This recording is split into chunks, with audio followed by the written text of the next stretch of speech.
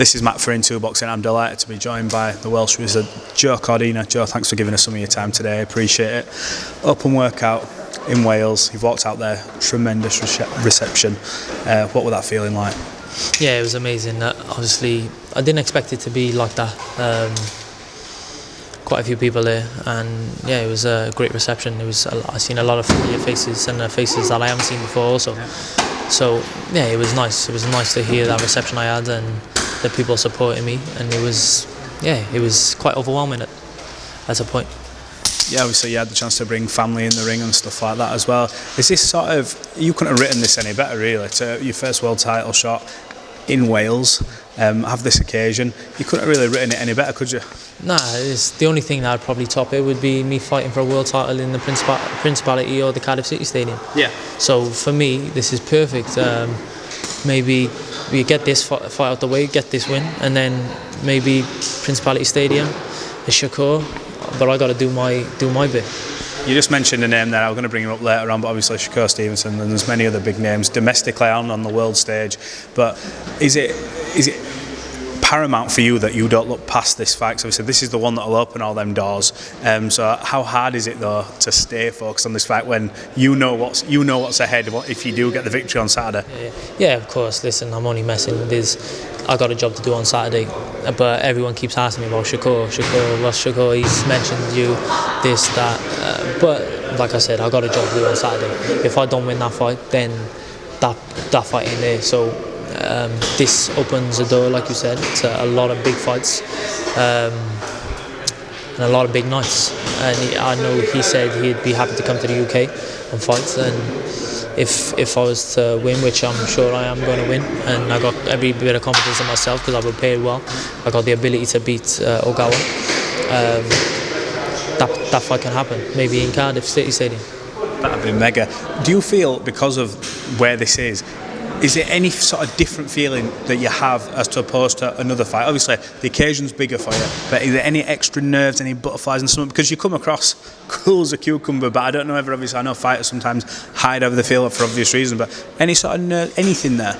Nah, it's mad, because, look, my cousin will tell you, he's with me every fight week. He stays with me from the Tuesday onwards, and he's with me, and he says, like, he said, I don't know how you do it. For me, nothing compares to when I was in the Olympic Games. I was nervous.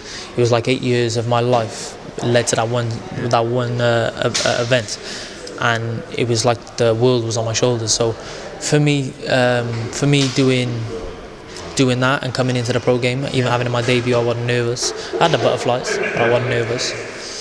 I'm able to handle my nerves now, and this is no different. It don't feel like no different fight, different fight week. I know I got my media obligations to do and everything else, so I embrace it. This is what I love. I love fight week, and now it's about getting these last couple of days out of the way. Yeah. The press conference tomorrow, which we'll see what they got to say. Get the weigh-in done, and then it's fight night, and then maybe I'll have a bit of butterflies. I don't think I'll be nervous, that anxiety, nerves and all that, but don't get me wrong, you get the nerves. It's the butterflies that I get, and it's a good nerve. It's a good nerve, isn't it? And I think, do you feel like sometimes you need that when you go out, or else you're sort of a bit numb? If I don't have them butterflies, then there's a problem. I need to have them butterflies, and then that's when I know I'm going to be sharp and I'm going to be on the ball. Now, Kenichi Ogawa's coming over here, obviously, he wants to keep his belt. A lot of people saying he's going to come forward in this fight. What type of fight are you expecting? Are you expecting him to pressure you and to make you work and to almost sometimes sit in the pocket with you? What are you expecting from him? Well, if he comes to sit in the pocket, I'd love that.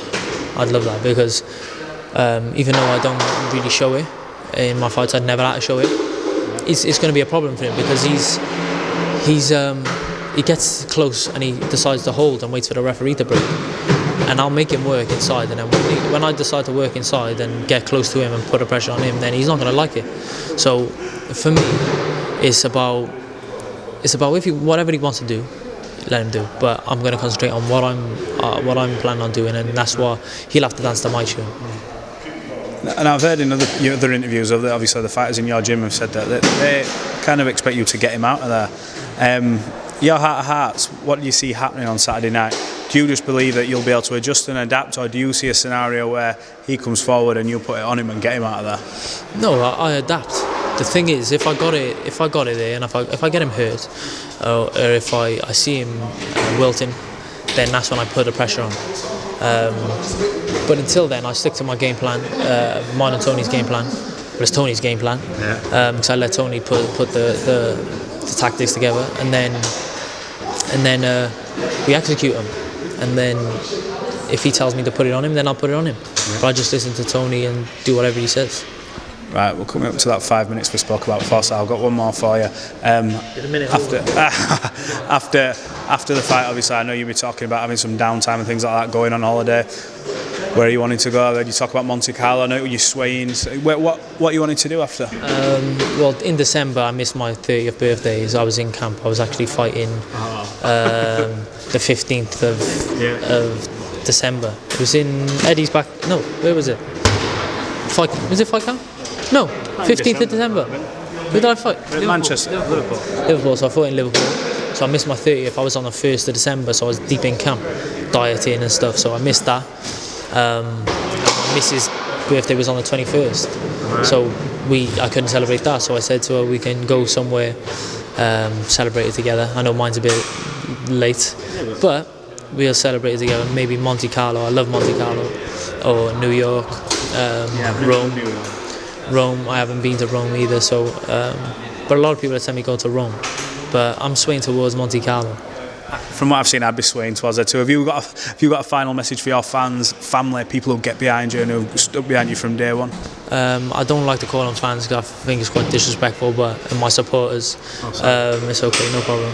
But because they come and support me, they're hard money to get me. So my supporters, a lot of them are family, they're friends. I just want to say a massive thank you for all your support and for backing me, for spending hard-earned money to come and watch me. Some people have come from Scotland, some of my family have come from Malta, some of my dad's friends and my friends have come from Malta to come and support. And I just want to say a massive thank you, and everything I'm going to be doing and taking that title on Saturday is going to be for not only myself and my family, my kids, my mum, my dad. It'll be for my friends, also the people that I come to support who I don't really know, and the people of Wales also. And not only that, I'm Britain, because I'll be Britain's next world champion. Absolutely. Joe Cordina, thanks for giving me some of your time. Appreciate it. God bless.